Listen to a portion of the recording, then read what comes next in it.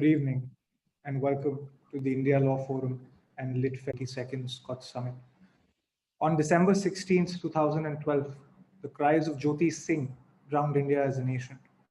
Jyoti, a 23-year-old physiotherapy student who was traveling home with a male friend, was brutally assaulted on a moving private bus by 6 men and thrown to the side of the road. She succumbed to her injuries 13 days later in an overseas hospital, which included beating with an iron bar and severe internal injuries from being assaulted while unconscious. 5 of the perpetrators were adults, 4 received death sentences, and the 5th reportedly hung himself in his prison cell. The 6th perpetrator could not be named publicly as he was not yet of the age of 18. Nirbhaya, Priyadarshini Mattu, Jessica Lal, Naina Sani, Vidya Jain. What do these names have in common? These are cases that shook the moral conscience of the nation. Even years after they have been tried, these names are cemented in people's memories on account of their brutality, the trials that followed, and the landmark judgments they resulted in. Trials of Truth addresses these hard-hitting criminal cases and delves deep into the aspects of retribution, reformation, and deterrence that the criminal justice system seeks to deliver. It is an important anchor and reflection of the evolution of our collective moral conscience over the years, from the dual prisms of the courts of justice and the courts of public opinion. This book seeks to develop the discourse on criminal justice in India. On the panel this evening, Professor Satya Singh Baghel, Honorable Minister of State for Law and Justice, Government of India. Professor Satya Singh Baghel, member of the Lok Sabha from the Agra constituency, is currently the Minister of State in the Ministry of Law and Justice. This is his 4th term in the Lok Sabha. Previously, he has been a member of the 12th, 13th, and 14th Lok Sabhas. Professor Baghel has also served as Cabinet Minister in the Department of Animal Husbandry, Fisheries, Minor Irrigation, and Underground Water in the Government of Uttar Pradesh.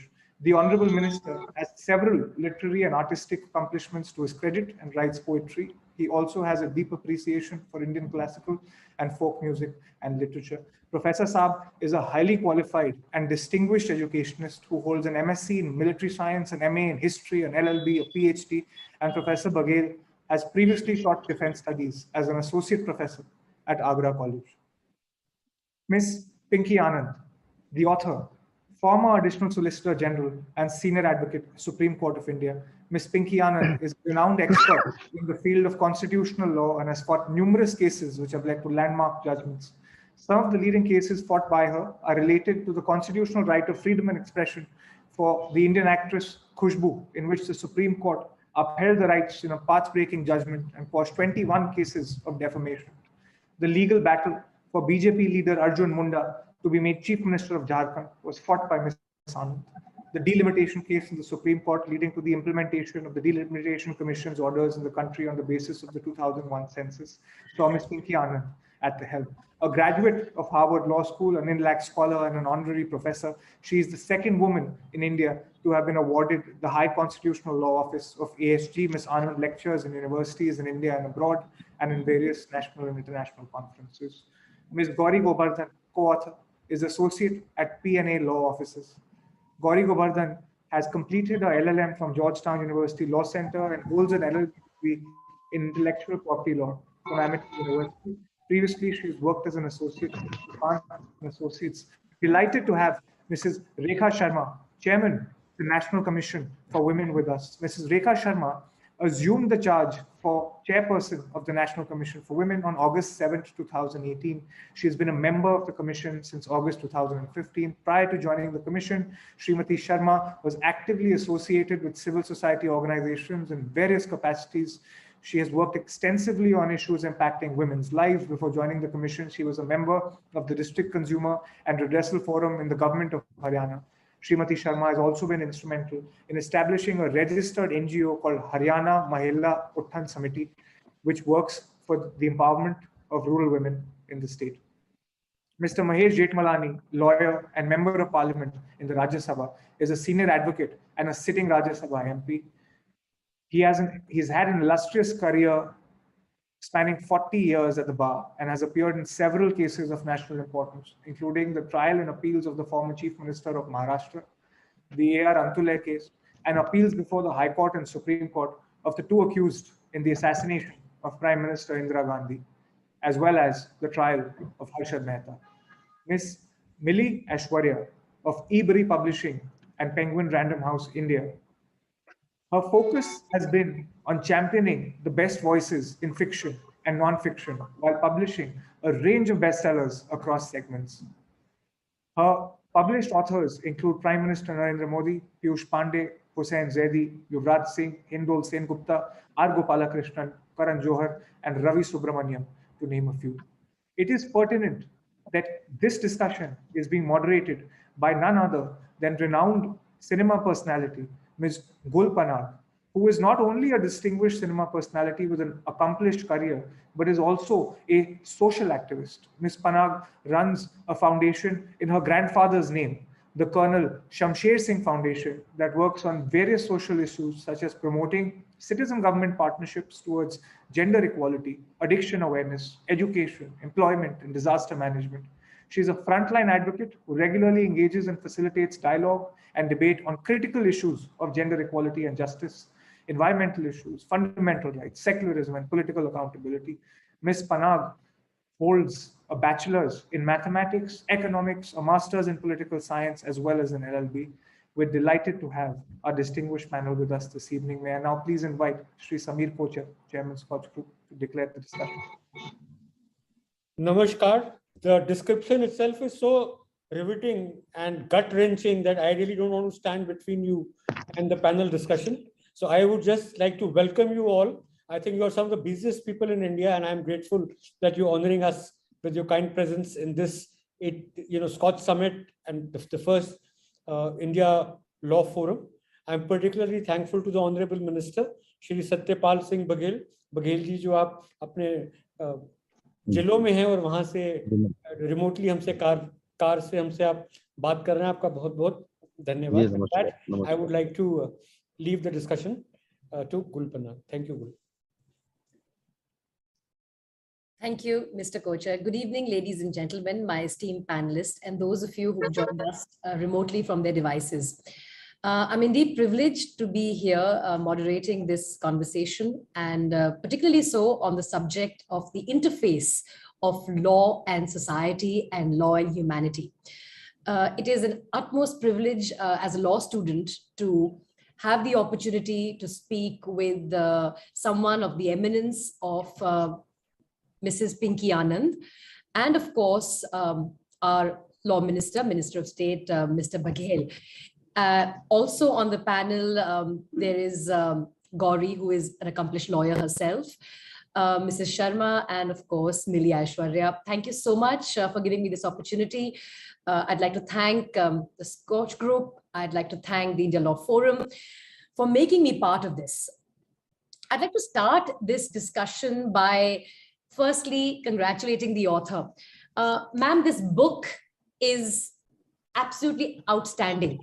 And I say this not as a layperson, but as somebody who's on the intersection of perhaps being a layperson and somewhat somebody who spent 3 years getting my LLB. मुझे लगता है कि अगर ऐसी किताबें और छपी तो जो सामाजिक स्तर पे कानून की एक पहचान है, कानून की एक छवि है, उसमें बहुत बदलाव आ सकता है. और इसके लिए मैं मिली ऐश्वर्या को मुबारकबाद देना चाहूंगी कि उन्होंने इस किताब को पब्लिश किया. ऐसी किताबें वो सामने लेकर आ रही हैं, पर सबसे ज्यादा मुबारकबाद की जो पात्र है वो है हमारी ऑथर मैडम पिंकी आनंद और उनकी बेटी गौरी. एक बात सबसे पहले ये बताइए, ये बहुत क्लीशेड सवाल है, लेकिन ये आपके जहन में इस किताब को लिखने का जो आइडिया आया वो कैसे आया, कि किस तरीके से नियमों को, कानून को एक आम आदमी या आम औरत तक पहुंचाया जाए, एक ऐसे तरीके में जो स्पष्ट भी हो और सरल भी. आपने अपने ऑथर्स नोट में कहा है कि शोभा दे ने आपको प्रेरित किया, कुछ बताएंगे इसके बारे में? You're right, Gul. Actually, firstly, you refuse to acknowledge yourself as a lawyer. आपने ये नहीं बताया कि आप वकील हैं और जानती हूँ इसलिए बोल रही हूँ. But really speaking, it was quite something else. You know, as a lawyer, we are very at times. So we only talk law, breathe law, write law, think law, and communicate in all sorts of technicalities and cliches as to what should be the outcome of a case. So by the way, I am very active with a lot of social groups as much as with the Jaipur LITFest, which I participate in for the last 7-8 years, and I go there every year. And I normally am either a panelist there or a speaker, or I enjoy in any case chit-chatting with everybody around. And on one of the occasions when we were standing, and Shobha and I are very friendly, and Shobha said, "Why don't you write a book?" So I said, "Yes, I've written 2-3 books, which I had. I've written books on law, and they've been published by Thomson Reuters and others." So I said, "Yes, I've written." She said, "No, I am not talking about a legal book. I'm talking about a book for laymen." And so that's actually why standing there, and I'm a little impetuous. So I have this horrible habit of saying yes to everything and saying, "Okay, why not?" The question is, why not? So when it was why not, it was translated into a reality and came into our lives. And Milee, of course, is a very spontaneous person herself. So the whole, pressure or the activism of Penguin, along with Shobha De's, of course, riveting writing, which she writes, inspired one. But believe me, it was a tough task. It wasn't easy because we are used to writing in a fairly comparatively technical manner and just describing and saying this is the law, this is what the Supreme Court says, or this is what the High Court says, and this is the way the statute should be read, which by the way the Harvard Law School also says very often. It is not that you should say what the law is, but what the law should be. So somewhere down the line, this is one of those translations, but it took an attempt and several copies of writing, and of course badgering by Milee from time to time, which put us into the right perspective to get the product that you have seen ahead of you. But even if I read it now, I do find actually something which I would like to hear. There is some law, so it's a mix. It's an intermix. It's an intermix of law and the social awareness and also the environment. Please understand, I have been party to some of these cases as much as seen these cases happening, and actually my blood is curdled hearing such stories. So what really, how the society responded, how society is changing, how the society wanted the law to change, how the law changed. Each of these features actually interfaces itself with also who was it, the butler, the Agatha Christie story. Was the butler who did it. So between all these weaves, I think that's what put the whole idea together. And really, it's a lot of team effort. We've all worked very hard on it, and I've had several people helping me on this because a lot of research also was required, by the way. Thank you for that. I actually would like to lead this into opening comments by all our esteemed panelists. और इससे पहले कि मंत्री महोदय मैं आपसे आपके opening comments मांगू, मैं एक पंक्ति पढ़ना चाहूंगी मैम की बुक से, जहां पे उन्होंने कहा है कि ये जो इंटरप्ले है between people and the justice system, जिससे reawakening of the concept of true justice and reemergence of the ideal सत्यमेव जयते. आई थिंक इसको मद्देनजर रखते हुए आप, क्योंकि आप भी वकालत की डिग्री आपकी लंबी डिग्रीज की लिस्ट में जुड़ी हुई है, तो उस दृष्टिकोण से अगर देखा जाए जो इंटरप्ले है लॉ और ह्यूमैनिटी का, लॉ और पीपल का, उस पॉइंट ऑफ व्यू से आप कुछ कहना चाहेंगे एज ओपनिंग कमेंट्स? सबसे पहले तो मैं श्री समीर कोचर साहब, चेयरपर्सन, रेखा जी शायद अभी जुड़ी नहीं है, जेठमलानी साहब तो मेरे साथ राज्यसभा में मेरे सहयोगी और संयोग है कि इनके पिताजी राम जेठमलानी के साथ भी मुझे लोकसभा और राज्यसभा दोनों में रहने का मौका मिला. पिंकी आनंद जी, मिस गौरी गोवर्धन जी, मिली ऐश्वर्या जी, गुल पनाग जी और रोहन कोचर जी और सभी हमारे श्रोता और दर्शक, लेडीज एंड जेंटलमैन, सबसे पहले पिंकी जी को और गौरी जी को मैं बधाई देना चाहूंगा कि पिछली शताब्दी और उस शताब्दी के बहुत ही बहुचर्चित केस हो, चाहे वो 26/11 रहा हो या राजीव गांधी की हत्या रही हो, श्रीमती गांधी की हत्या रही हो, जिसका लाल कांड रहा हो या तंदूर कांड रहा हो, या और भी केसेस हैं जो बहुत ही देश को राह देते थे, वो रंगा बिल्ला वाला, गीता चोपड़ा और संजय चोपड़ा वाला केस रहा हो. अपने 11 चैप्टरों में 11 महत्वपूर्ण जो मुकदमे रहे हैं या कांड रहे हैं जिन्होंने देश को तोड़ने का भी काम किया. श्रीमती इंदिरा गांधी की हत्या से एक वर्ग विभाजन तक होने की स्थिति आई और अलग राष्ट्र की मांग तक उसमें फिर उनकी मांगों में शामिल हुई। तो ये सारी घटनाओं के बारे में लोगों की याददाश्त चूंकि कमजोर है, निर्भया कांड हो, निठारी कांड रहा हो, गुट्टू कांड रहा हो, हमारा वो तंदूर कांड उनका रहा हो, ये सारे कांड उस समय देश को हिलाने वाले थे। जब गीता चोपड़ा और संजय चोपड़ा का हत्याकांड हुआ था, मैं छात्र था तब, जिसको रंगा बिल्ला ने अंजाम दिया था, उस समय इनकी किताब से केवल ये नहीं है कि ये केस क्या हुए, कन्विक्टेड हुए, उसमें कैसे एविडेंसेस आई, लेकिन उससे ये भी प्रेरणा मिली है कि बच्चों की सुरक्षा हम किस प्रकार से कर सकते हैं। तो मैं उनको बधाई देना चाहूंगा। और बहुत ही, बस पिंकी जी ये कह रही है कि लेमैन के लिए उन्होंने ये किताब लिखी है, तो लेमैन अंग्रेजी नहीं जानता ये, और बताते हैं जब तक इनका हिंदी अनुवाद नहीं आएगा और क्षेत्रीय भाषाओं में नहीं आएगा, तब तक आम आदमी तक ये इतनी प्यारी पुस्तक है जो लोगों तक नहीं पहुंच पाएगी। क्योंकि ये, मैं नहीं सोचता हूँ कि खान मार्केट की कुछ किताब दुकानों तक या पार्लियामेंट की लाइब्रेरी तक है, और मैं चाहता हूँ कि ये किताब हमारे गृह मंत्रालय में भी रहनी चाहिए, और लॉ एंड जस्टिस डिपार्टमेंट की लाइब्रेरी में भी रहना चाहिए। और साथ ही इस किताब के पढ़ने से हमें बहुत सी चीजों का ज्ञान होता है कि कैसे एविडेंस कलेक्शन हुआ, कैसे एफआईआर हुई, शुरू में केस सामान्य तरीके से लिया गया, फिर सिविल सोसाइटी ने उसको गंभीरता से लिया, फिर मीडिया ने गंभीरता से लिया, तो वो चर्चित कांड हुए, और बाद में मुझे लगता है इन सारे जितने केस हैं लगभग सभी में कन्विक्शन भी हुए हैं, और वो additional solicitor general supreme court में रही है। तो मुझे लगता है कि पिछले 30-35 साल में जो महत्वपूर्ण केस रहे हैं वो सरकार की तरफ से और वादी की तरफ से भी उन्होंने लड़ने का काम किया है। तो ये उनका जो सुप्रीम कोर्ट का अनुभव है, उसको एक पुस्तक के रूप में उन्होंने यहाँ पेश किया। विचारों का युद्ध जब होता है तो उसमें पुस्तकें ही हथियार के रूप में हमें काम करती हैं। तो मैं बस ये और कहना चाहूंगा कि आज भी दो महत्वपूर्ण फैसले हुए हैं। एक सुप्रीम कोर्ट से हुआ है कि ये राजद्रोह के मामले में भी डायरेक्शन दिया गया है कि जब तक केंद्र सरकार समीक्षा न कर ले तब तक कोई एफआईआर नहीं होनी चाहिए।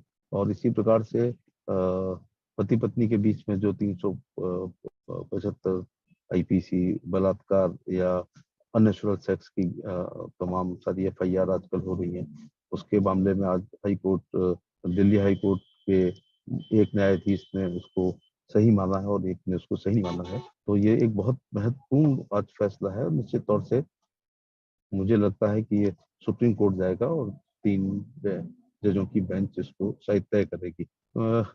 तो समय काल और परिस्थितियों के अनुसार क्रिमिनल्स भी हाईटेक हो गए हैं, तो वो पुलिस से एक कदम आगे हैं। तो हमें सबसे ज्यादा ये तो पुस्तक बहुत अच्छी है, लेकिन इन केसों को कन्विक्शन कराने में भी बहुत एड़ी चोड़ी का मैं चाहता हूँ कि हमारे एचएम भी चाहते हैं, प्रधानमंत्री जी भी चाहते हैं कि इंडियन पेनल कोड जो 1860 का है, जब ब्रिटानिया हुकूमत हमारे यहाँ राज कर रही थी, तो बहुत सी चीजों के पीछे एक उपनिवेशवाद जो उनके था उसको मद्देनजर रखते हुए विभिन्न देशों में उन्होंने कानून बनाए। सीआरपीसी में जरूर हमने अमेंडमेंट किया है 1973 में, लेकिन जो इंडियन एविडेंस एक्ट है वो 1872 का है। तो ये केस इतने लंबे नहीं चलते, सजा होती और ज्यादा सजा होती, बशर्ते साइंटिफिक एविडेंस और शामिल होती है। तो इंडियन एविडेंस एक्ट में भी हम लोग एक परिवर्तन लाने का प्रयास माननीय गृह मंत्री जी कर रहे हैं। और गृह मंत्री जी ने सब एक चिट्ठियां माननीय सांसदों को, जेठमलानी जी को भी मिली होगी, और मैं समझता हूँ कि उनके विचार हमारे लिए बहुत ही बहुमूल्य होंगे कि इंडियन पेनल कोड आईपीसी 1860, 1973 की सीआरपीसी और इंडियन एविडेंस एक्ट जो 1872 का है, उसमें एक बहुत बड़े बदलाव की जरूरत है। क्योंकि अक्सर ये देखते हैं कि केसों में वादी जो है मुकर जाता है, समझौते हो जाते हैं, या दबाव में आ जाता है, या फाइनेंशियल कमजोर होने की वजह से वो सरेंडर कर देता है। तो नार्को टेस्ट है, जैसे लाइट डिटेक्टर है, बायोलॉजिकल टेस्ट जो है, या डीएनए है, सीमन टेस्ट है, ब्लड टेस्ट है, फिंगरप्रिंट है, या फुटप्रिंट है, ये चीजें भी जब इंडियन एविडेंस एक्ट में शामिल हो जाएंगी, और हमारा इन्वेस्टिगेशन है मैडम पिंकी आनंद जी को शुरू की केस डायरियों में बड़ा आनंद आता होगा जब वो उन्होंने वकालत शुरू की होगी, तब वादी का बयान और निरीक्षण घटना स्थल और दो चश्मदीद गवाह, चाहे वो सच्चे हों या झूठे हों, उन्हीं के आधार पर केस डायरी लिखी जाती थी। और मैं समझता हूँ कि 8 साइड में पढ़कर आने वाले जो सब इंस्पेक्टर्स हैं, जो आईओ होते थे, उनका साइंटिफिक अप्रोच नहीं हुआ करता था केस के मामले में, इसलिए एक्विटल बहुत केस हुआ करते थे। अब पुलिस भी बहुत साइंटिफिक हो गई है, हाईटेक हो गई है, क्रिमिनल्स भी हो गए हैं, इसलिए इन कानूनों में सुधार की भी आवश्यकता है। और माननीय प्रधानमंत्री जी ने 2016 में जो चीफ जस्टिस सुप्रीम कोर्ट और तमाम देश के चीफ मिनिस्टर्स और लेफ्टिनेंट गवर्नर्स और हाई कोर्ट के चीफ जस्टिस के बीच जो अभी पिछले हफ्ते भी मीटिंग हुई थी, उसमें उन्होंने कहा था ब्रिटानिया हुकूमत के बहुत सारे रिलीवेंट कानून हैं जो उन्होंने अपने हिसाब से बनाए थे, अब वो उपयोगी नहीं है, तो ऐसे 1450 कानूनों को समाप्त करने का मोदी जी के नेतृत्व में केंद्र सरकार ने किया है। और 3 महत्वपूर्ण आईपीसी, सीआरपीसी और इंडियन एविडेंस एक्ट में बहुत शीघ्र बदलाव करने के बारे में हम लोग सोच रहे हैं। मैं ये किताब जो है ये जजेस के लिए, लॉ के स्टूडेंट्स के लिए और वकीलों के लिए ये बहुत ही कारगर साबित होगी। और ये एक ऐतिहासिक दस्तावेज है जो किताब के रूप में सामने आया है। और पुनः एक बार मुझे 70s का गीता चोपड़ा कांड याद आ गया है। और मैं खुद भी पुलिस में रहा हूँ 10 साल तक, तो मैं इस किताब को बेहतर एंजॉय कर रहा हूँ, क्योंकि मैंने भी 1000-2000 इन्वेस्टिगेशन राइट फ्रॉम 323 आईपीसी से लेकर के और मर्डर तक किए हैं। तो मैं इन केसेस, ये केस अपने आप में एक स्टडी वाले केस हैं, बल्कि मैं कहता हूँ कि ऐसी पुस्तक जो है कोर्स में भी शामिल अगर हो जाए,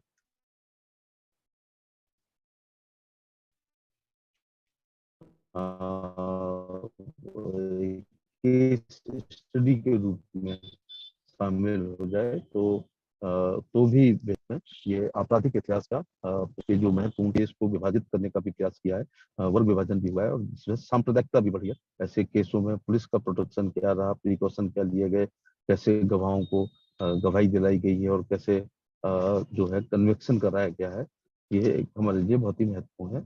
मैं पिंकी जी से ये भी उम्मीद करता हूँ, गौरी जी से, कि भविष्य में अपने अनुभव के आधार पर वो कुछ और भी अच्छी पुस्तकें लिखेंगी, जो जिसको पढ़ के मुझे लगता है कि जेल में जरूर ये भेजनी चाहिए, और अंग्रेजी में ना हो या उसका अनुवाद हिंदी में हो, तो क्रिमिनल्स को बताया जाए कि क्रिमिनल कितना भी होशियार क्यों ना हो, अपना विजिटिंग कार्ड छोड़ के जाता है, बशर्ते जो एजेंसीज हैं उसको पढ़ना का शऊर हो उनको। जैसे कहीं भी अपराध होगा तो फुटप्रिंट होगा, फिंगरप्रिंट होगा। भगवान को पता था कि आने वाले समय में बहुत अपराध होंगे, तो उन्होंने सबके फिंगरप्रिंट दुनिया के हर आदमी के अलग बना के भेजे हैं। बायोमेट्रिक सबके, हमारी आंख की पुतली सबकी डिफरेंट है।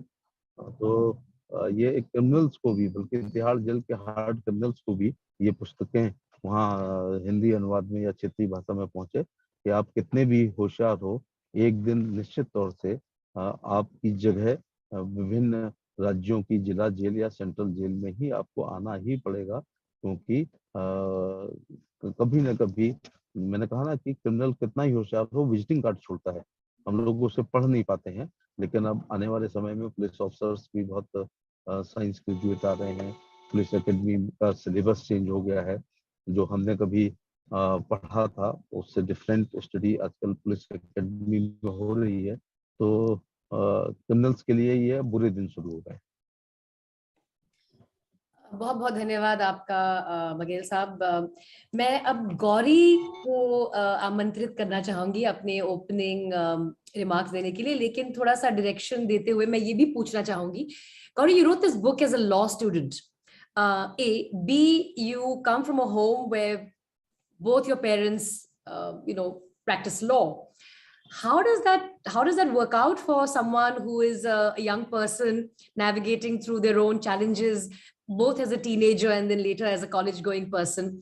How did that feel? And of course, how did it feel writing this book as a law student with a towering personality like your mother as your mother? So I'm going to answer the whole thing in one go because I cannot demarcate within the three questions, broadly speaking. But, as first I'm going to go ahead with saying what it was when I was a law student as opposed to now that I'm a full-fledged lawyer. जब आप law student होते हैं तो आपको लगता है कि there is an idle world there. And, enthusiasm hota hai, motivation hoti hai. You just want the justice to be done. But when you start practicing law, you see the little things that matter that you cannot be taught in classrooms or through case studies. It's something that you learn by experience, by guidance.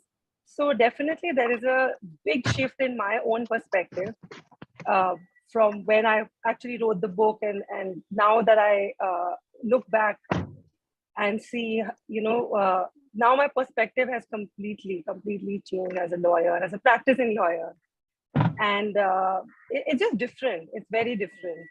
As a student, you just feel like everything is idle, but it's not. And, growing up, having both my parents as lawyers, I think people ko lagta hai that, we spoke about law on the dining table or, that's all what we spoke about. But honestly, our family was as normal as any other family. We discussed everything but law because wo to pata hi tha that, ye to expected hai.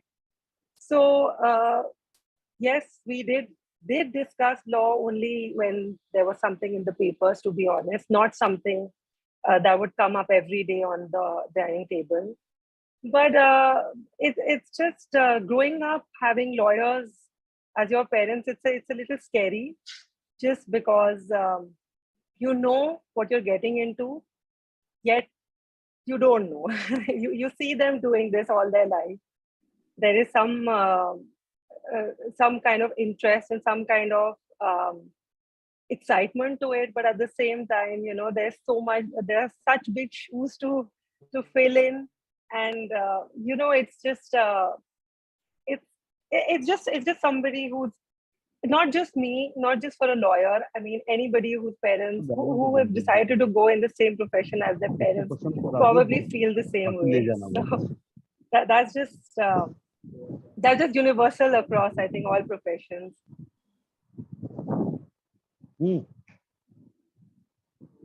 Thank you for that, Gauri.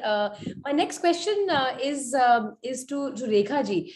Rekha ji, आप NCW के साथ हैं और क्या आपको लगता है कि जहां तक कि अगर महिलाओं की बात की जाए, जो पिछले कुछ सालों में जुडिशरी की तरफ से एक पहल हुई है, उससे आज की तारीख में अगर देखा जाए जो वुमेन इश्यूज हैं और जो 30 साल पहले थे, आपको लगता है कि थोड़ी एम्पैथी ज्यादा है जुडिशरी की तरफ से और आपको लगता है कि कंडीशन उस एम्पैथी की वजह से बेटर हुई है?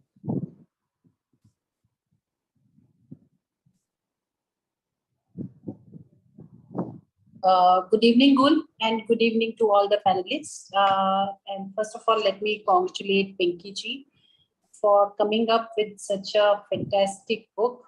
I have gone through 3/4 of book I've finished because of my engagements. I could not finish the whole thing, but I think this book is going to be a change maker. हम लोग जो media में पढ़ते थे cases, अगर उनको हमने देखा है अच्छे से तो इस बुक के थ्रू देखा है, और इनमें से कई केसेस ऐसे हैं जिन्होंने सोसाइटी को बदलने का काम, उनके माइंडसेट को बदलने का काम, और इवन कुछ जजमेंट्स, इंपॉर्टेंट जजमेंट्स आई इन केसेस के, और कुछ लॉज चेंज हुए इन केसेस के कारण से. I again congratulate Pinky ji for coming up with this book. जो आपने मुझसे क्वेश्चन किया कि 30 साल पहले जिस तरह की परिस्थितियां थी देश में और किस प्रकार ये चेंजेस हुए जुडिशरी में, और इनफैक्ट अवेयरनेस में भी और महिलाओं के अवेयरनेस में भी तो बहुत ह्यूज डिफरेंस है। चाहे आप महिलाओं के अंदर जो अवेयरनेस आई उसमें चेंजेस जो आए हैं, और जो भी जुडिशरी के जजमेंट्स है उनके कारण या लॉज चेंज हुए हैं। जैसे पिछले कुछ सालों में जो डोमेस्टिक वायलेंस एक्ट 2005 में जो protection of women from domestic violence act आया, वो अभी पिछले कुछ सालों के अंदर अंदर ही आया है। और sexual harassment of women at work place prevention prohibition redressal act जो आया है 2013 वो आया। क्रिमिनल लॉ अमेंडमेंट एक्ट ये 2013 में ही आया, और इनमें से ही एक केस है जिसमें जो मेंशन है वो उसके कारण आया। ऐसे जब केसेस आते हैं तो वो जनता को भी मुझे लगता है झकझोर देते हैं, और उनको भी थोड़ा जगाने की जरूरत होती है। और मीडिया ने भी इनमें बहुत काम किया, जो मीडिया आगे आया इसमें और जो मीडिया ने बातचीत की, मुझे लगता है उसके कारण भी लोग जागे। और ये बुक भी मीडिया के ही उन कामों के एक और कड़ी जोड़ेगा, लोगों को अवेयर करेगा। बट जैसे कि हमारे ऑनरेबल मिनिस्टर ने कहा, यदि ये बुक हिंदी में होगी तो इसकी रीच जो है ज्यादा लोगों तक होगी। अगर हम चेंजेस की बात करें तो मुझे लगता है सोसाइटी के माइंडसेट में, वर्किंग ऑफ पुलिस में 30 सालों में ये सब बहुत सारे चेंजेस आए हैं। आज अगर आप एक महिला के साथ कुछ होता है तो वो बात करती है, खड़े होकर बात कर। पहले तो ये भी नहीं होता था कि कोई पुलिस थाने तक जाए और अपनी FIR कराए, बहुत मुश्किल से महिलाएं जाती थी। आज वो जा रही हैं, अपनी बात रख पा रही हैं। मुझे लगता है ये सारा अवेयरनेस के कारण हुआ है। हाँ, हमें और बहुत कुछ करना है। मैं ये नहीं कहूंगी कि आज सब कुछ everything is perfect, because we still women still are suffering many sexual violences or many discrimination against them. So we have to fight for those things. But yes, there is huge change in the society. Then there is change in the political participation of women, which is also strengthening them. And if you see that 73rd or 74th Constitutional Amendment Act जो आया था 1992 में, उन्होंने 1/3 of total seats में जो reservation किया पंचायती और panchayat level पे और म्युनिसिपल लेवल पे, उसने भी बहुत बड़ा चेंज लाया। आज बहुत सारे स्टेट्स हैं, मैक्सिमम स्टेट्स हैं जहाँ 50% रिजर्वेशन है महिलाओं के लिए। ये भी एक सी चेंज लाया लोगों के माइंडसेट में। और महिलाओं के लिए आगे बोलने का, अपनी, जब तक मुझे लगता है हमारा महिलाओं का पार्टिसिपेशन राजनीति में नहीं होगा, तब तक पॉलिसीज में चेंजेस नहीं आएंगी। और आज हम देख पा रहे हैं कि वो भी, आज हम अगर बात कर रहे हैं विमेन एम्पावरमेंट से विमेन लेड डेवलप एम्पावरमेंट की, तो वो मुझे लगता है वो बहुत बड़ा चेंज है फ्रॉम लास्ट 30 years। और ऐसे चेंजेस मुझे लगता है समाज में तभी आते हैं जब ऊपर से ट्रिकल डाउन करता है, जब गवर्नमेंट इसकी बात करती है, जब हमारे प्राइम मिनिस्टर इसकी बात करते हैं, वो नीचे तक ट्रिकल डाउन कर रहा है। लेकिन अभी भी मैं कहूंगी it is like half filled glass, we have to fill more. So whether you see it is half empty or half filled, it is your perspective. But yes, we need to work more on these things where we think that we have gender equality in the society. But yes, the dialogues like this one will change and will change the mindset of the people. Thank you, Rekha ji. That was very, very insightful. And I think as I go over to Milee for my next question, of course, asking her for her opening remarks, I think, Milee, you have your task cut out for you. There has been an unequivocal suggestion coming in both from the Honorable Minister as well as from Rekha ji that this book must be translated into Hindi. And I would say, why just Hindi? All the other official languages of the country, because this is something that everybody can definitely benefit with. I mean, I would say we have 22 official languages and it should come in all of them. And I'm sure there will be a lot of takers for it. And as Gauri was saying, her perspective has changed from a law student to a practicing lawyer.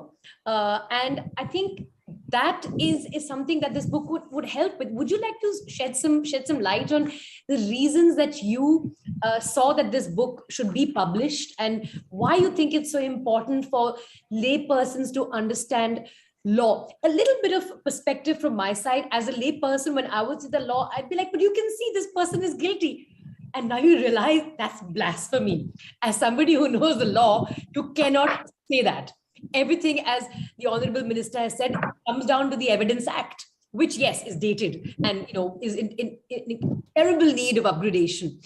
But the point still remains that why would you say this is a must-read book for lay people? And of course, I'm bundling many questions because we have paucity of time.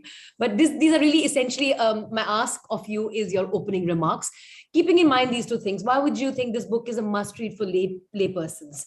And what made you publish this? Hi everyone, good evening. It was actually quite interesting listening to everyone and understanding different aspects and perspectives on the book. I published this book for two very simple reasons.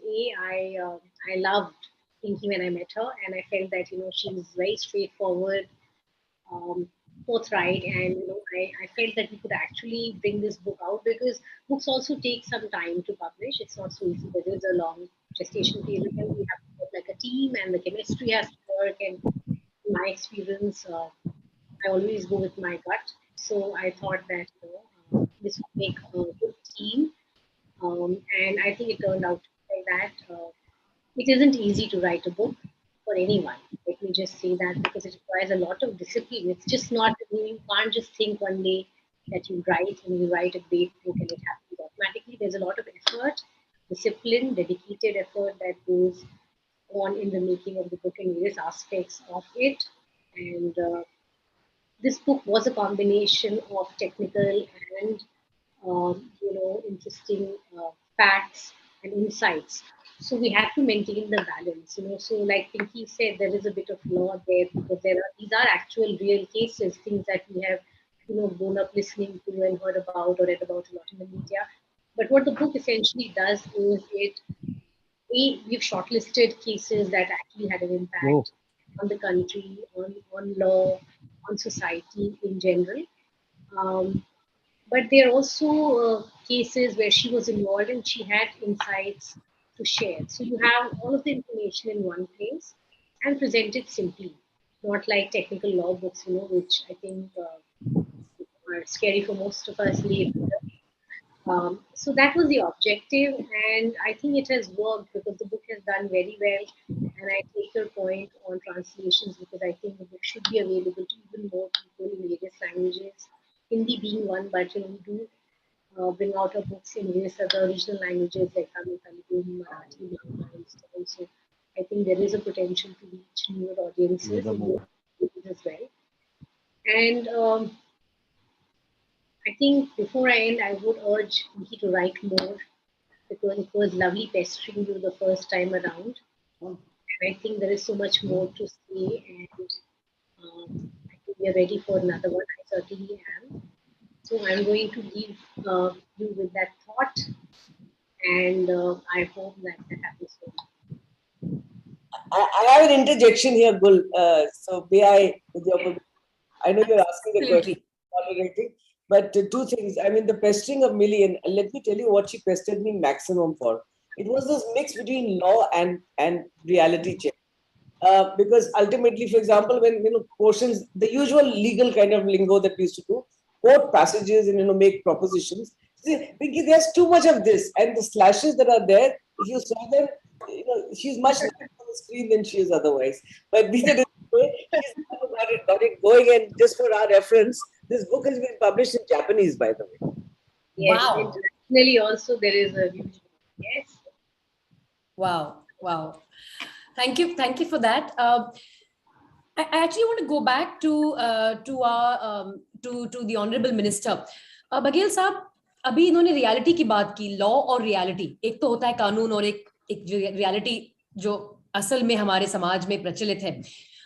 उससे उससे मेरे दो सवाल हैं। मुझे बताया गया है कि आपके पास समय थोड़ा कम है और आपको निकलना पड़ेगा शायद, तो मैं आपसे एक नहीं, मैं सवाल 7 बजे तक हूँ। आप कब तक है ये डिस्कशन? 7 PM और ज्यादा? 7 PM तक है जी। हाँ, मैं हूँ आपके साथ। चलिए, बहुत बढ़िया। फिर मैं आपसे एक सवाल पूछूंगी जिसका जिसका पार्ट बी भी है। एक का तो आपने ऑलरेडी जवाब दे दिया कि क्यों अब बताइए, हुकूमत के वक्त की कानूनों को अब दोबारा नई नजर से देखने का मौका है हमारे पास, और वो इंटेंशन भी बहुत क्लियरली इस सरकार ने दिखाई है। उसमें राजद्रोह की बात तो आप ऑलरेडी कर चुके हैं, और बहुत से ऐसे दूसरे कानून हैं जिनकी आप बात ऑलरेडी रख चुके हैं। मैं आपसे दो चीजें पूछना चाहूंगी, वो रियलिटी का मुद्दा छेड़ते हुए। क्या आपको लगता है कि एक कानून और न्यायालय को अप्रोच करने के दो पहलू होते हैं, एक जिनके पास मीन्स हैं और एक जिनके पास मीन्स नहीं है, यानी हैव्स और हैव नॉट्स। क्या क्या कानून और लॉ हैव और हैव नॉट्स के लिए अलग तरीके से ऑपरेट करती है? लेटर में तो नहीं करती है, पर स्पिरिट में। और इसके बारे में आप क्या कहना चाहेंगे? भारत का जो संविधान है वो सबको सामाजिक, राजनीतिक, आर्थिक न्याय प्राप्त करने का वादा करता है। इसके अलावा अनुच्छेद 14, सारे संविधान विशेषज्ञ लोग यहाँ बैठे हैं, मैं ये साफ कहा गया है कि the state shall not doing the state should not deny to any person equality before the law or the equal protection of the laws within the territory of India। और इसलिए हमारे देश में न्याय की दृष्टि से सब एक समान है। भारत के संविधान की प्रस्तावना में ही अधिकारों की सूची में न्याय शब्द से शुरू होता है, और जो हमें ये दर्शाता है कि संविधान निर्माताओं ने जन जन तक न्याय सरकार पहुंचाने का सरकार का अहम कर्तव्य को माना है। इस दिशा में कई कदम उठाए गए हैं। संविधान के अनुच्छेद 39A में equal justice and free legal aid की का प्रावधान है। इसके तहत राष्ट्रीय स्तर से लेकर और डिस्ट्रिक्ट लेवल तक लीगल सर्विस अथॉरिटी का गठन किया गया है।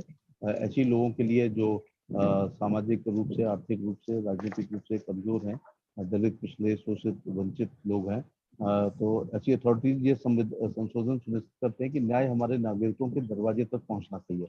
हर स्तर पर लोक अदालतों का आयोजन समय समय पर किया जाता है। जो स्टेट लोक अदालत होती है और राष्ट्रीय स्तर की लोक अदालत होती है, मुझे कहते हुए बड़ा हर्ष हो रहा है कि 1.81 करोड़ केसेस का निपटान एक साल में हमारी लोक अदालतों ने किया है। लीगल सर्विस अथॉरिटी हमारे समाज के गरीब, वंचित, शोषित, पीड़ित नागरिकों को निःशुल्क विधिक सेवा प्रदान करता है। इसके अलावा भारत सरकार की एक अहम परियोजना है जो मैं आपके माध्यम से जो लोग सुन रहे हैं उनको बताना चाहूंगा कि टेली लॉ स्कीम लागू की गई है। टेली लॉ स्कीम का उद्देश्य गरीब एवं निस्सहाय लोगों को निःशुल्क विधिक सलाह देना होता है। ये एक फ्री लिटिगेशन डिवाइस है। सही समय पर सही व्यक्ति द्वारा सही सलाह जरूरतमंद तक अगर पहुंच जाए तो इस योजना का उद्देश्य है। माननीय प्रधानमंत्री ने टेली लॉ को ऐसे डिस्क्राइब किया है, सबका साथ सबका विकास, इसके साथ सबको न्याय। मैं इस बात को मानता हूँ कि टेली लॉ, लोक अदालत, विधिक अंत्योदय जो पंडित दीनदयाल उपाध्याय का सपना है कि अंतिम व्यक्ति के चेहरे पर मुस्कान आए, अंतिम व्यक्ति तक विकास पहुंचे, तो अंतिम व्यक्ति तक न्याय पहुंचे, तो ग्राम न्यायालय का भी हम लोगों ने गठन करने का काम किया है। लोक अदालतें भी हो रही हैं और आजकल तुरंत बहुत फास्ट ट्रैक भी हुई है। जैसे रेखा जी ने बताया कि कई केसेस के बाद पास्को आया है।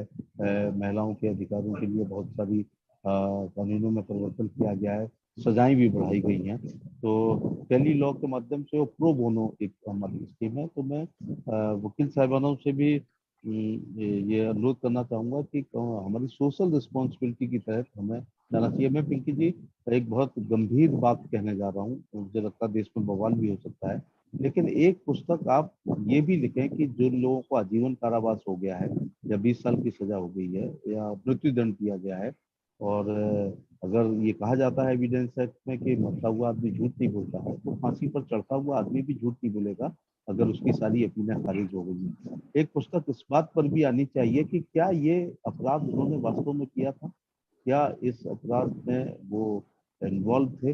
लेकिन हमारे यहाँ एक कहा जाता है कि एक बहुत लंबी प्रक्रिया है, जो एविडेंस अगर झूठी एविडेंस है तो वो बहुत अच्छी तरीके से दी जाती है। झूठे गवाह बहुत अपने स्टेटमेंट को ठीक से याद करके जाते हैं। मेरा अपना अनुभव है। अब मैं विधि एवं न्याय राज्य मंत्री के रूप में पता नहीं मुझे बोलना चाहिए नहीं बोलना चाहिए, लेकिन मैं दिमाग से नहीं कभी बात करता हूँ, मैं हमेशा दिल से बात करता हूँ। विभिन्न जेलों में जाकर के जो आजीवन कारावास है या जिनको मृत्युदंड हो गया, मेरी बात हुई, कई बार उनका उतना इन्वॉल्वमेंट नहीं होता था, लेकिन वादी ने एक रिपोर्ट लिखाई है, मौके के 2 गवाह हैं, डॉक्टरी मुआयना उनके खिलाफ है, सर्कमस्टांसेस एविडेंस उनके खिलाफ होती है, तो हमारे न्यायाधीश लोग उनको सजा देते हैं, ये जानते हुए भी कई बार कि जो है कई बार आईओ की गलती से आदमी का मर्डर हुआ है, एफआईआर हुई है, पर्याप्त एविडेंस नहीं थे इसलिए फाइनल रिपोर्ट लग गई, या कन्विक्शन इसलिए नहीं हुआ कि जो इन्वेस्टिगेटिंग ऑफिसर है उसने बहुत अच्छी एविडेंस को कलेक्ट नहीं किया है और वो इस काबिल नहीं थी कि वो अदालत में चलाई जा सके। तो मैं यही कहना चाहूँगा कि सभी लोगों को न्याय मिले, जल्दी मिले, सस्ता मिले, सुलभ मिले। मैं नहीं समझता हूँ कि हमारे दोनों वकील साहिबान जो राइटर्स हैं वो सुप्रीम कोर्ट में वकालत करते हैं। एक आम आदमी सुप्रीम कोर्ट के अंतिम वकील वो बहुत जूनियर है, उसको भी वो अगर अपनी सारी जमीन जायदाद बेच दे तो भी मुझे नहीं लगता है कि वो सुप्रीम कोर्ट में मुकदमे को लड़ सकता है। इसलिए लीगल अथॉरिटीज हैं सुप्रीम कोर्ट से लेके नीचे तक है। मैं एक केस का पिंकी जी के साथ एक शेयर किया था मैंने एक मंच, उसमें मैंने बताया था कि किन्हीं कारणों से मुझे जेल जाना पड़ा, राजनीतिक कारणों से, मैं उसका हम वर्णन नहीं करना चाहूँगा। तो मेरे पास एक कैदी दो कैदी एक कैदी को लेकर के आए और कहा था उनकी बात सुनो, तो मैंने उससे बात की तो वो बोल नहीं पा रहा था क्योंकि वो उड़िया जानता था। तो वो पिछले 13 महीने से फिरोजाबाद की जेल में निरुद्ध था और इस मामले में निरुद्ध था वो कि 379 में, और चोरी क्या थी, 5 किलो लोहे की चोरी में और उसको बंद किया गया था। तो वो एक्चुअली गंजाम जिले का रहने वाला था, वहाँ उड़ीसा का। उसने सुना कि फिरोजाबाद एक जिला है जहाँ चोरियों का काम होता है, वहाँ हर आदमी को जॉब मिल जाता है, इस से वो वहाँ से गंजाम से आया और एक शोरूम के बाहर, शटर के बाहर सो रहा था। पुलिस आई, उसको पकड़ के ले गई। ये हमारी सरकार की बात नहीं है, पिछली सरकार की बात है। और उसको 379/411 आप लोग हुए थे चोरी में। अब वो जेल सुप्रिंटेंडेंट ने 13 महीने तक ये नहीं देखा कि 302 वालों की जमानत हो गई है, डकैती वालों की जमानत हो चुकी होगी, या पास्को वालों की हो गई होगी, या एक आध एनएसए वाले की भी हो गई होगी, या एक आध गैंगस्टर भी बाहर हो गया। ये लड़का 13 महीने से क्यों निरुद्ध है और हर बार उसका जुडिशियल रिमांड दिया जाता है। तो मैंने उससे बात की तो उसने ये बात बताई, तो मैंने कहा मैं बाहर जाता हूँ तो तुम्हारी मदद करता हूँ। तो मेरा कहने का मतलब है कि एक ऐसा आदमी जिसका अपराध से दूर दूर तक कोई संबंध ही नहीं था, वो शहर में पहली बार आया था, 2 घंटे उसको आए हुए हुआ था और उसको पुलिस ने 379/411 में जेल भेज दिया। अगर जैसे मैं आईएमए के लोगों से कहता हूँ कि कुछ सोशल वर्क करें तो मेडिकल कैंप लगा देते हैं, लेकिन मैंने ये बहुत कम देखा है। मैं माफी के साथ ये बात कहना चाहूँगा कि वकील लोग ऐसे गरीब लोगों के मुकदमे अगर वकालतनामा लगा के 15 मिनट की बहस कर देते तो उसकी जमानत हो सकती थी। तो इस केस को मैं जब भी जिस प्लेटफॉर्म पर जाऊंगा, मुझे लगता मुझे जेल नहीं जाना था, मुझे जेल उसके निमित्त जाना पड़ा कि उसको बाहर आना था। तो वो उड़िया जानने वाला एक गरीब घर का बच्चा मजदूरी करने फिरोजाबाद आया था। और मैं उम्मीद करूंगा कि नए लड़के, नए एडवोकेट्स हैं, वो अपनी सोशल रिस्पॉन्सिबिलिटी महसूस करते हुए भी ऐसे तमाम लोग जो पैरवी, इसको अदम पैरवी कहते हैं क्योंकि जिस समझ पाएंगे उर्दू का वर्ड, अदम पैरवी में कई लोग सजा पा रहे हैं अथवा उनकी बेल नहीं हो रही है। और बेलेबल भी ऑफेंस है, लेकिन कोई बेल लेने वाला नहीं है क्योंकि पता ही नहीं है कौन आदमी किस जेल में कहाँ निरुद्ध है। उसके पेरेंट्स 1 साल तक देश के शहरों में घूमते रहे। संयोग था कि मेरी उससे मुलाकात हो गई। तो ये बात सच है कि हाई कोर्ट और सुप्रीम कोर्ट में एक आम आदमी को अपने केस की पैरवी करने में थोड़ी परेशानी तो होती है, लेकिन मोदी जी की सरकार पे ये कहा गया है कि टेली लॉ है और हमारी लीगल अथॉरिटी, लीगल हमारी एजेंसीज हैं, अथॉरिटी हैं और डिस्ट्रिक्ट लेवल पे हैं, तालुका लेवल पर हैं, और वो ग्राम न्यायालय की भी एक अवधारणा है। एक्चुअली क्या है, देहात में पंचायतें समाप्त हो गई है। कोई व्यक्ति इतना प्रतिष्ठित और इम्पार्शियल नहीं रहा है कि वो न्याय अन्याय नीत अनीत और सदाचार दुराचार में वो एक न्याय करे, उस न्याय को लोग मानने के लिए बाध्य हों।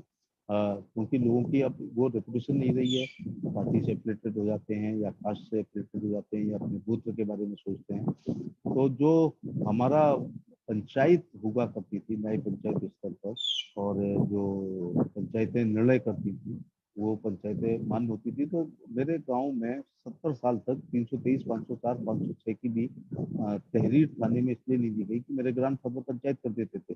अब किसी ने किसी के खेत का गन्ना तोड़ लिया तो ये थाने तक नहीं जानी चाहिए। ये जो भी पेटी ऑफेंस है, या नाली के झगड़े हैं, पंडारे के झगड़े हैं, गोबर के झगड़े हैं, अथवा पशु किसी के खेत में चला जाता है उसके ऊपर झगड़ा होता है, फसल तो वो 50 रुपए की खाता है, लेकिन मुकदमेबाजी में उसके हजारों रुपए खत्म हो जाते हैं। तो मैं ये भी सोचता हूँ कि हमारा जो एक पंचायत सिस्टम था वो एक बार डेवलप होना चाहिए, और हमें छोटे मोटे पेटी ऑफेंसेस में अपने गाँव के स्तर पर भी समस्याओं का समाधान करना चाहिए। और आप ये भी देख रही होंगी, सुप्रीम कोर्ट तक आपने सुप्रीम कोर्ट की प्रैक्टिस की है, मैं डिस्ट्रिक्ट कोर्ट को ज़्यादा अच्छे तरीके से जाता हूँ, कि हमें देहात के हजार लोगों में जब मैं पूछता हूँ कि आपके पूरे गांव में या आपके रिश्तेदारों में 323, 504, 506, 147, 148, 149, 323, 324, 325, 326, 452 आईपीसी में कितने लोग सजा काट रहे हैं आफ्टर द डिसीजन? तो लोग कहते हैं कोई सजा नहीं काट रहे हैं। अब ये सजा रहती है गिरफ्तारी से लेके बेल तक, और आजकल सुप्रीम कोर्ट ने ये भी कह रखा है कि 7 साल तक की जिन मुकदमों में सजा है, से कम में सजा, उनकी गिरफ्तारी नहीं होगी।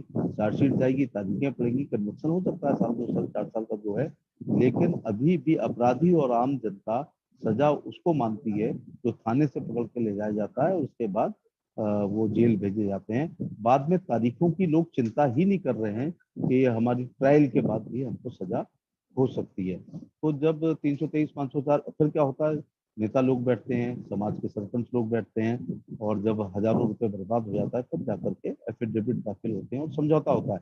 तो मैं तो ये भी करना चाहूंगा कि आम गाँव में मैं नहीं कहता हूँ कि अगर किसी के पिताजी का मर्डर हो गया तो कभी पंचायत होनी चाहिए, या बलात्कार में कभी पंचायत नहीं होनी चाहिए, डकैती और लूट में कभी पंचायत नहीं होनी चाहिए, लेकिन सडन प्रोवोकेशन में जो छोटे मोटे झगड़े हो जाते हैं, अशिक्षा के कारण हो जाते हैं, कानून की जानकारी की वजह से जानकारी ना होने से हो जाते हैं, तो फिर उसमें बहुत समय बर्बाद होता है और पैसे की बड़ी बर्बादी होती है।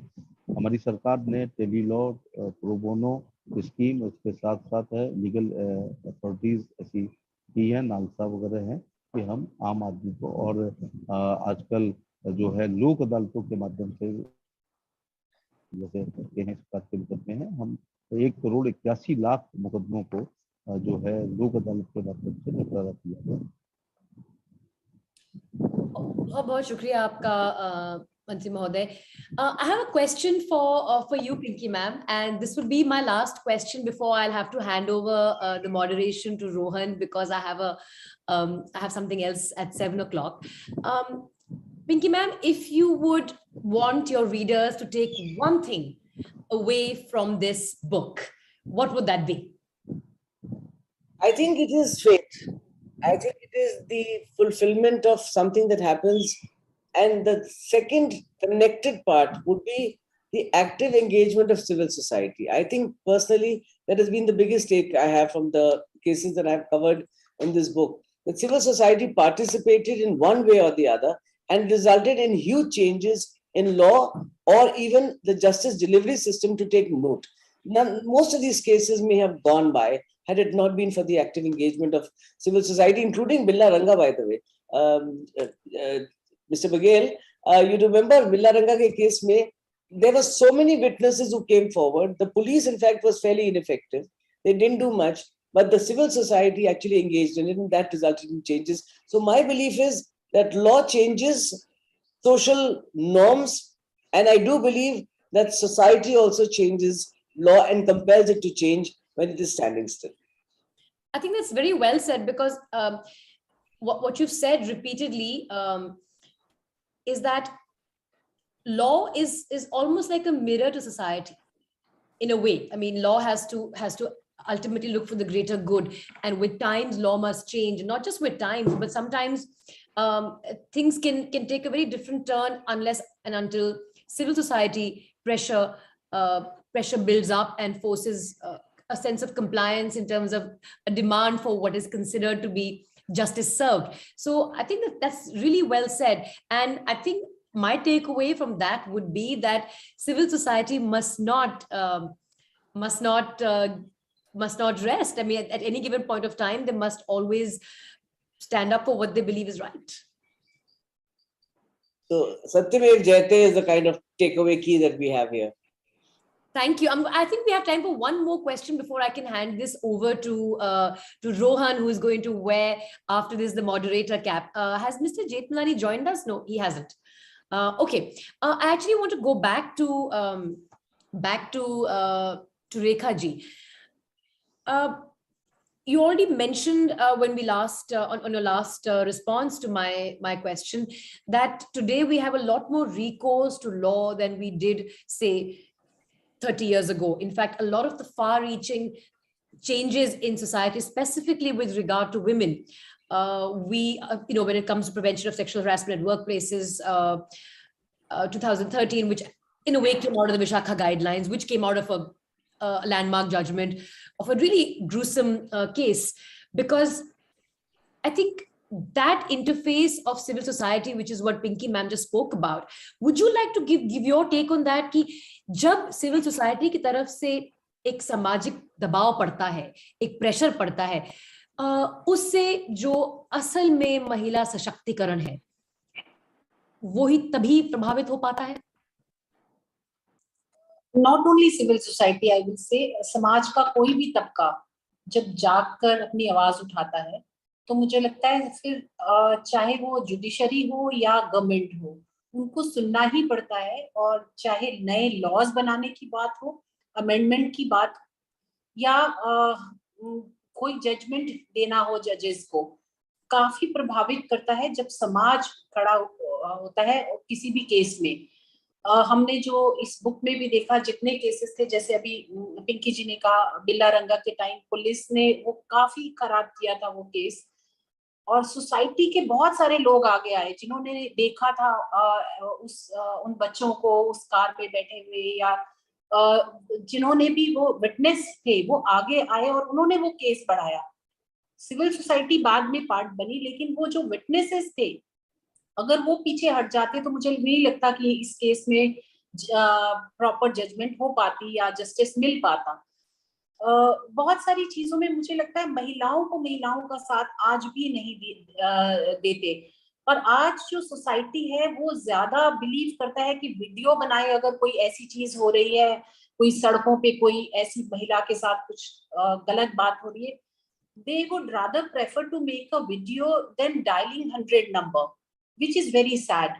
बहुत insensitivity देखी गई ऐसे बहुत सारे केसेस में, जहां अगर सोसाइटी के कुछ लोग जो प्रेजेंट थे वो खड़े होते उस टाइम महिला के साथ, तो उसके साथ जो भी व्यवहार हुआ है या जो भी घटना घटी है वो नहीं घटी होती। लेकिन ऐसा होता नहीं। और आज जब मैं अपने केसेस डील करती हूँ, मुझे लगता है सिविल सोसाइटी पे हम पूरी जिम्मेवारी डाल सकते हैं, हाँ सिविल सोसाइटी जाके, लेकिन सिविल सोसाइटी में भी जो लोग हैं वो इसी सोसाइटी से आते हैं। जैसे हम कहते हैं पुलिस में भी जो लोग हैं इसी सोसाइटी से आते हैं, और पुलिस में भी जेंडर सेंसिटिविटी थोड़ी कम नजर आती है, और हम लोग हमेशा जागरूक करने की कोशिश करते हैं, जेंडर सेंसिटिविटी करने की कोशिश करते हैं। एनसीडब्ल्यू बीपीआरएनडी के साथ मिलकर कर भी रहा है। अगर सेंसिटिविटी की जरूरत है तो पूरे समाज में आने की जरूरत है। अगर हम समाज में, और समाज किन से बनता है, हम परिवारों से बनता है, फैमिलीज से बनता है, तो मुझे लगता है फैमिलीज में चेंजेस लाने की जरूरत है। सबसे पहले अगर परिवार में ही अपनी बेटी और बेटे को पालने की जो अलग अलग दृष्टिकोण है वो अगर खत्म हो, तो वो धीरे धीरे समाज और फिर हम कहेंगे राष्ट्र में वो चेंजेस जो हम देखना चाहते हैं, जो हम चाहते हैं कि जेंडर इक्वालिटी और जेंडर सेंसिटिविटी लोगों में आना चाहिए, या सिविल सोसाइटीज को ज्यादा काम कर, हम क्यों उन पे सारा बोझ है? हम सबके ऊपर जिम्मेवारी है, मेरे पे, आप पे, समाज के हर तबके पे। क्यों नहीं हम सेंसिटिव हो पाते उन जरूरतों को? और ये कोई बहुत बड़ी बात नहीं है, जो हमारे कॉन्स्टिट्यूशन ने इक्वालिटी दी है, जो हमारे नेचर में हमारी इक्वालिटी है, उसी को तो हमको फॉलो करना है। फिर हम क्यों इतने डिवाइड हो गए जेंडर उसमें? क्यों हमने पूरे समाज को बदल डाला? Yes, civil society has to come forward, and we also has to support genuine civil societies. So genuine I'm saying because when I'm working in NCW, I have seen we have been funding many programs to civil societies. But unfortunately, many a times we give first installment and then those people just vanish. We don't even get the proper report, and we can't do anything.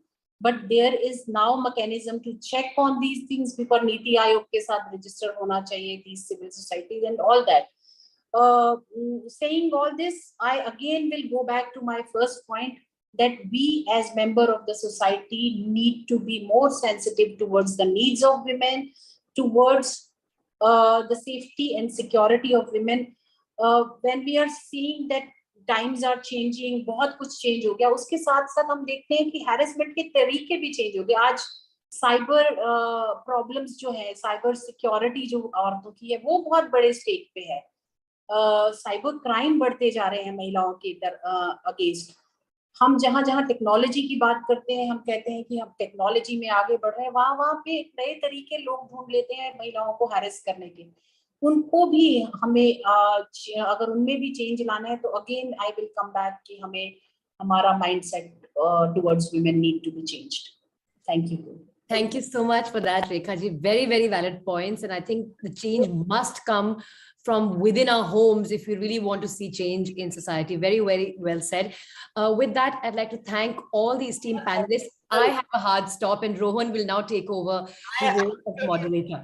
Mahesh has now joined us after his parliamentary committee, which he had advised. Pinky, I am so sorry. I owe an apology to you, but it's beyond my control. You know, I would never let you down on timing, but it's beyond my control. And I raced to make this before 7. Good. So, Mahesh, the point is you have been taking care, as I understand, of the question of, virtual courts.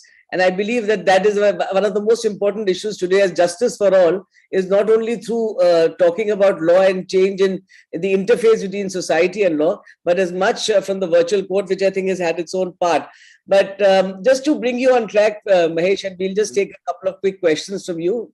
Gul has been kind enough to stay, and that's been. Please apologize to your anchor. Really, I'm really so sorry. No, it's. I just wanted to say a quick hello to you, Mr. Jethmalani, personal fan, and I'm handing this over to Rohan, who is going to do this moderation. Thank you so much, Minister Saab. Namaskar. Bye bye. Bye Milee. Bye Gauri. Bye Rekha ji. Bye Pinky ma'am. Thank you so much for making me part of this. Thank you. Bye-bye. Bye-bye. So Mahesh, on track, we were talking about the book that we wrote and, the trials of truth. And who better than you than to talk about trials of truth and to stand up for the cause of justice? As a public figure, as a Rajya Sabha member, as a lawyer who's defended some of the most major cases in the country, outstanding. I've seen you right through Bombay and through several other phases of your life. It has been amazing. So I don't know, what is your take on books such as this, which are one, written for laymen, as opposed to books written for lawyers, which are legal texts? And two, since I'm here, before you answer that very quickly, and I know you can, the interface between society and law and criminal justice system. Yeah, I mean, first, coming to your first question, the book is an absolute necessity. Lawyers and the legal profession generally, the whole system has this image of being a very esoteric, closed door aspect to it. Fact of the matter is that, lawyers basically are as human as anybody else. And when we conduct trials, it's only because we have our own special learning. But it's very important that books like yours, to show the human side, particularly of what happens, how trials are conducted, how our system works, what is the presumption of innocence, how evidence is led and how innocence is taken very seriously, the presumption of innocence, and ultimately the skills of a lawyer and the etiquette of a lawyer, particularly in the matter of criminal trials, where generally speaking, public sentiment runs against, especially in high profile cases, public sentiment runs high against an accused person. And how a lawyer has to use his deftness, both because of its publicity itself, you have to sometimes handle the press very deftly for a client who's reviled, and also how to use your skill and tact and diplomacy before a judge and make sure that, although he's trained to be completely impartial, some kind of press, mesmerization goes on subconsciously in his head. So you've also got to try and get over that prejudice, bring your skill, your laws of your knowledge of the Evidence Act. So I think, as you come back to your fundamental point, the actual working about what makes a trial, the bread and butter of a trial. A book is a dire necessity. I must confess I haven't read it, but knowing you, it'll be my first priority on my holiday reading your book. And to the second question, thanks Mahesh for that. And the Honorable Minister was talking about the Evidence Act just before you were here, and he was talking about making some dynamic changes, as Prime Minister has also indicated, changing the colonial laws and bringing up to date, particularly in the scientific developments that have taken place. What is your take on the interface between society and law? I mean, my take has been, just to give you a heads up on this, my take has been that basically civil society has acted as a major pusher, if I might call it that, or a catalyst to push law into a direction at times when law itself has not been able to take itself and catapult itself as much as it should. So that has been one of the focuses, and we've seen that through trials, and we've seen, of course, we've had instances where your father has taken some very amazing stands, and what a human being. But we've seen you with all those film stars and Bombay and the entire fraternity there, looking up to you as a senior lawyer who's taking care of all the concerns with whether it's Antule's case and whether it's any other cases that you've done. So would you just like to give us your take on some of the cases that you have done and the interaction between society and law? One of the questions that was given to me was the question of law coming in. I'll come to society and the law, but about morality and the law. And, it's a really hard job being a criminal defense lawyer, particularly. Prosecution lawyers always get the kudos because they're on the side of right. They're punishing a wild person or trying a wild person and trying to get him into jail. But defense lawyers are, they sort of, the reputation is that, he's going to use his skill and he's going to mesmerize the court with his advocacy and all that. But basically his client is guilty. Although we have a presumption of innocence, right? At the start of a trial, because of the press publicity that now sort of accompanies every high-profile case, there's almost a feeling that the criminal lawyer, the defense lawyer, is taking up a wrong cause and he shouldn't be doing it. Now, that's contrary to our ethics, frankly speaking. And it's a rule of the Advocates Act, which when my father was the chairman of the Bar Council, he himself had framed, that you cannot let your personal views about the innocence or guilt of your client, even if he tells you he's committed a murder, you are not supposed to judge him. You are supposed to go by the evidence, keep his confidences secret, and you are supposed to deal with it with the utmost objectivity and only. You can't suborn evidence, you can't tamper with witnesses, and I'll come to the Manu Sharma case, which my father had handled. And that's where we had a little bit of a difference and a little bit of fallout. We didn't talk for about 3-4 months after that case, and I'll tell you why. Trust the Jethmalani to do that. Yeah. So you know how it is then. But by and large, you should not let your personal convictions come in the way of your choice of. It's contrary to the Advocates Act. It's contrary to the ethics of particularly a criminal lawyer, that you refuse a case because unless you really feel, for instance, I can't take a POSCO case. I've not taken a rape case in my entire career, and I've not taken a POSCO case because I feel I can't do justice to it, right? So sometimes my clients have tried to persuade me. I said, this is not my area. I'll not do it, right? It is to some extent a violation of my ethics of my profession, but I've chosen to put on the ground that it's not my area of expertise. I can't do it. Right? So you can get away with that. But now, in Manu Sharma's case, I had a problem. I'll tell you what the problem was. The problem was I was not judging Manu Sharma's guilt or innocence. That's all very well. He's presumed to be innocent unless the evidence led in court leads the judge to believe that he's guilty. Problem was there, I felt that every witness turned hostile.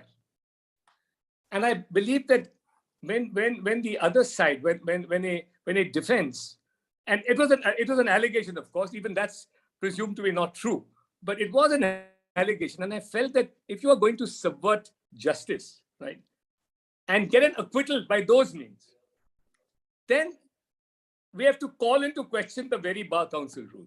If you remember in Manu Sharma's case, a whole lot of people gave police statements and the case was almost cast iron. I remember even today, there was a young man who was a witness at that fatal bar where the shooting took place, called Sham Munshi. Oh. And he turned turtle after saying that he was an eyewitness and saw the actual shooting. Right? And I will never forget that because he was a young man. And I thought, young men are more idealistic about these things. But he gave a police statement and that's it. And so the dispute with my father was, look, when you are, there are rules of justice. There are prescribed rules of justice in a particular case. If you are subverting the very rules of fair play by which trials are supposed to be conducted, right? In that event, then your side is not playing fair. You can by all means defend the worst criminal, a multiple murderer if you want to, right? So long as the rules by which you conduct your defense are as per ethics and law. But that was the one case where I felt, of course, he only came in at the appeal. So, but he still took the case. And I said, this is the case where the acquittal has been a result of a subversion of justice. We're not playing by the rules of the game. And we had a law, and he got very angry and he said, you don't know what you're talking about. I framed the bar, and then he pulled his seniority and fatherhood on me. And after 6 months, of course, I was, still, I was the one who went to him and said, I'm sorry, I should have listened to you and all that. But that's part of the story. So, of course, that there is, and then coming to society and the law, the interplay between society and the law. There is a huge impact by society on the making of the law.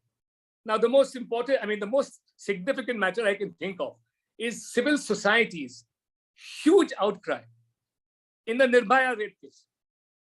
That changed the whole rape law. You had the reversal of the burden of proof. You had 164 statements being recorded. Procedurally and evidentially, right? The entire law changed after Nirbhaya. And that was largely because it shocked the conscience of the nation to the extent, and particularly women. Women had, candlelight demonstrations and what have you, right? And they changed public opinion.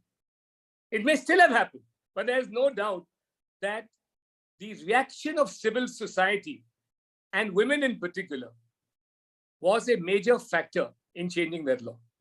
So civil society, and it's happened when, from the times of Raja Ram Mohan Roy and his movement to abolish sati, civil society and reformers have had a huge impact. There's no question about it. Today, we're still seeing it today. We're still seeing, maintenance law for Muslim women, triple talaq, all these things are all societal movements which are.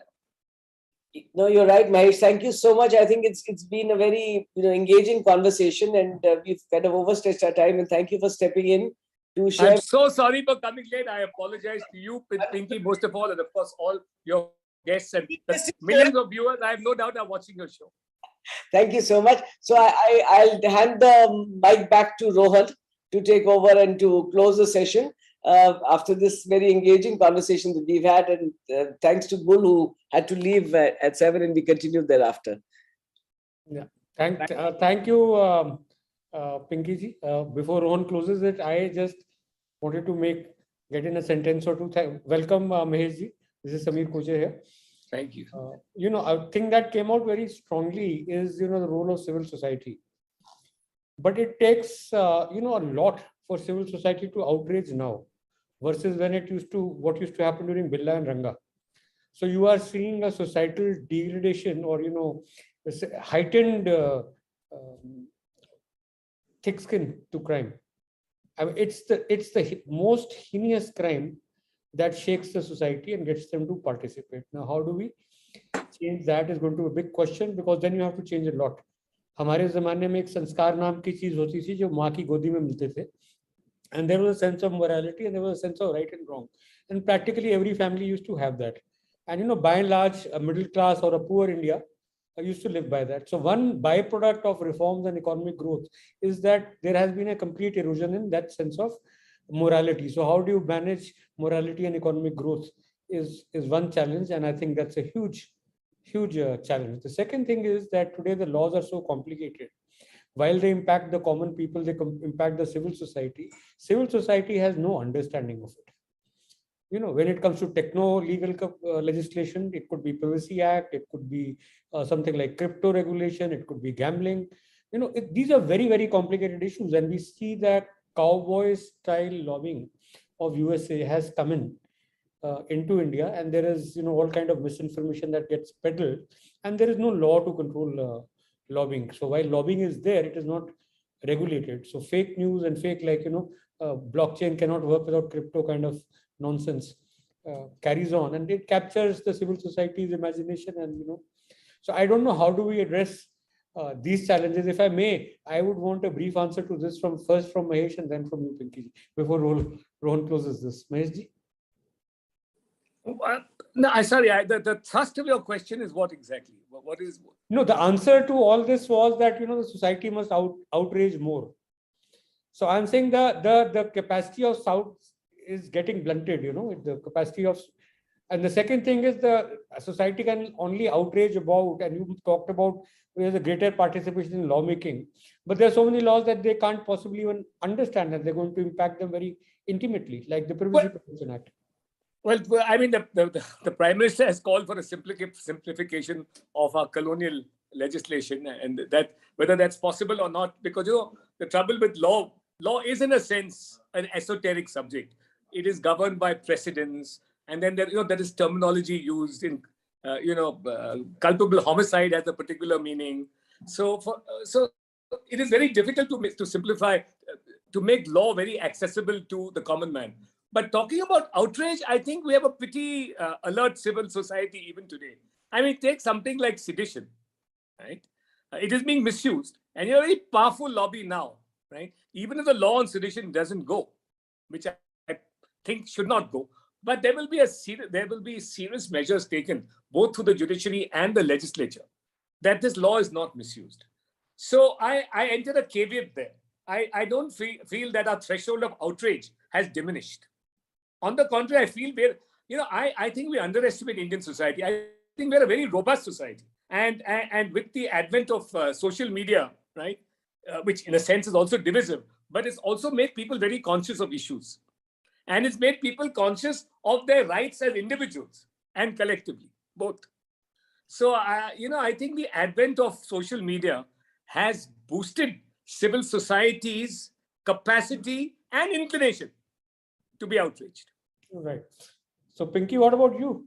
So the answer is in social media linked civil society, I suppose. Oh, it does. It does. It does lead society. And indeed, the society is sensible enough to actually demarcate. Of course, lots of fake news are there in the market, but society is able to evaluate. And there is an error only in the first instance. When there is a lot of news about the issue in the first, let's say 3-4 days of somebody being arrested or a crime coming to light, suddenly there's this entire motion and everybody's finding everybody guilty and everybody's having an opinion. But that's one part of it. The Nirbhaya one is a prime example of people standing at India Gate, people standing at the ramparts. It may make dramatic changes, and it was across all classes, all sections, gender, women, men. I mean, there was no kind of broad basis excepting to say society. So society is definitely more alert, has more mechanisms to take it up. At the same time, you have a point, Sameer. Society overall has become lethargic. And say, who cares? So I understand what you say. But in cases of major instances, if Nirbhaya was lying on the road, people had a problem with it. People said, yes, it should have been discovered earlier. Yes, she should have been covered. Yes, she should have been picked up. Yes, a woman should have been medically examined. So there is a dichotomy between the two. But you have a point, and so do we, as Mahesh and I go. And on the legal part of being technical, of course, law is technical. But at the same time, please believe me, you and I are second generations. We may be second or third, depending on the situation. But the first generation is very alert again. They know the technology, so they will know how the law applies it to the technology. We, of course, may have a harder time being second generation and third generations, but then we are grappling with all that. And law also sometimes enjoys making it more complicated so that everybody can't have access. But that's what today's program is about. That's what it is about. Let them know what's going on. Well, on that note, thank you very much. And over to millennial Rohan Kochar, who possibly understands this far better than I do. जी, मेरी समझ इस विषय पे कुछ कम है, मगर मंत्री जी ने जो कहा वो मुझे थोड़ा कुछ समझ में आया, और मैं एक सवाल रखना चाहूंगा इस पैनल के सभी वरिष्ठ वकीलों को, महेश जेठमलानी साहब, पिंकी आनंद मैडम, गौरी गोवर्धन जी। मंत्री जी ने कहा कि उन्होंने देहात के हजारों लोगों से जब पूछा तो पता चला कि आईपीसी की विभिन्न दफाओं में लोग जेल में समय नहीं बिता रहे हैं, सजा होती है तो अरेस्ट और बेल के बीच। और एक बात छिड़ी महिला सशक्तिकरण की, जो कि रेखा शर्मा जी ने भी उठाई, और उन्होंने कहा कि समाज के कोई भी तबके को अपनी आवाज उठानी है तो उन्हें सुनना ही पड़ता है। उन्होंने ये भी कहा कि आज के समय में सोशल अवेयरनेस एक एफआईआर दर्ज कराने से ज्यादा बड़ा एक ऑडिट बन गया है। तो मेरा सवाल बस इतना है कि आज की सोसाइटी में सोशल ऑडिट का क्या रोल है? क्या इन क्रिमिनल्स को डर नहीं लगता कि इनके आसपास के लोग इनसे कभी पूछेंगे या इनके परिवार वालों से पूछेंगे कि आपने क्या किया और क्यों किया? मैं एक छोटा सा जवाब दूंगी, फिर महेश जी से बात करेंगे आप। रोहन, इस बारे में उनका जवाब आएगा। एक्चुअली क्रिमिनल्स सोचते नहीं है, ये नहीं सोचते कि समाज में क्या होगा, what will happen to it. They do the crimes. Most of the crimes are born out of greed, passion, instantaneous gain, instantaneous loss. This is the typical crime sequence. So the deterrence has to be built in through law. I'm sorry to say, as Indian society goes, we really need to have our laws more strictly implemented, because you believe law implemented nahi hoga. I'll do some crime, I'll get away with it, I won't get caught. That belief actually lets you take it away more. But aside from that, criminals don't look at the consequences of their acts. They are so possessed by what they need or want at that point of time, whether it is killing somebody or getting some money or looting or rape, anything. The point is, immediate gratification is something that a criminal looks for in whether financial terms, psychological terms, or physical terms, and that is the manifestations. That's what leads to this entire phenomenon. But our justice system, if made not only effective, we have very good laws, we need to make it more effective. If we do, that deterrence, according to me, may vary amongst people, would be a very strong issue as far as criminals are concerned. They would feel, okay, this man next door has got arrested. He's got not only arrested, by the way, it gives you a right. Arresting is the only fear that people seem to have, because trials will take time. So they said, I'm going to get arrested, I'm going to be behind bars. Even for one night, that is enough to deter you to some extent. But the other part, conviction, is quite another story. Mahesh?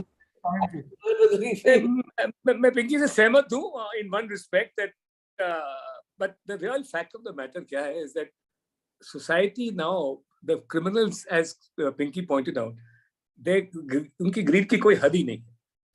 They've lost their conscience, they don't care, and they don't mind going to jail under bail situation. जमानत उनको नहीं दी गई, they don't mind that I'll sit in for 3 months, 6 months, 1 year.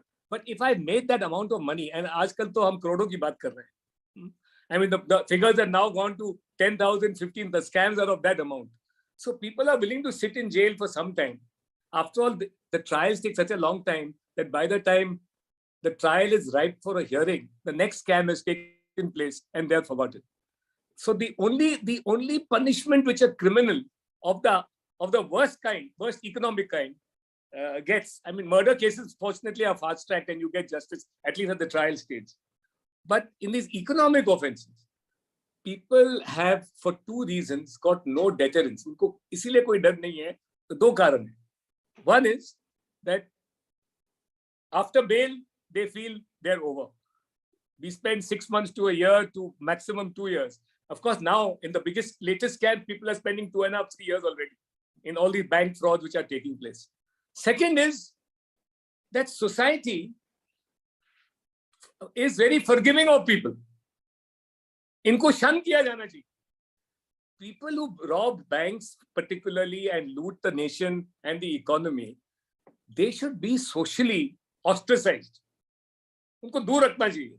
लेकिन our society doesn't do that. So there's 2 things. The legal system is the only punishment which the legal system gives to a criminal is denial of bail, not a conviction. So record पे नहीं आ जाता. Secondly, once he comes back into society after serving his bail, after being given bail, the criminal is readily accepted. He flaunts his wealth and he gels back into society. People have forgotten his spell. So long as he can, have parties and planes and yachts and all that, He's fine. So there are two reasons why this has happened.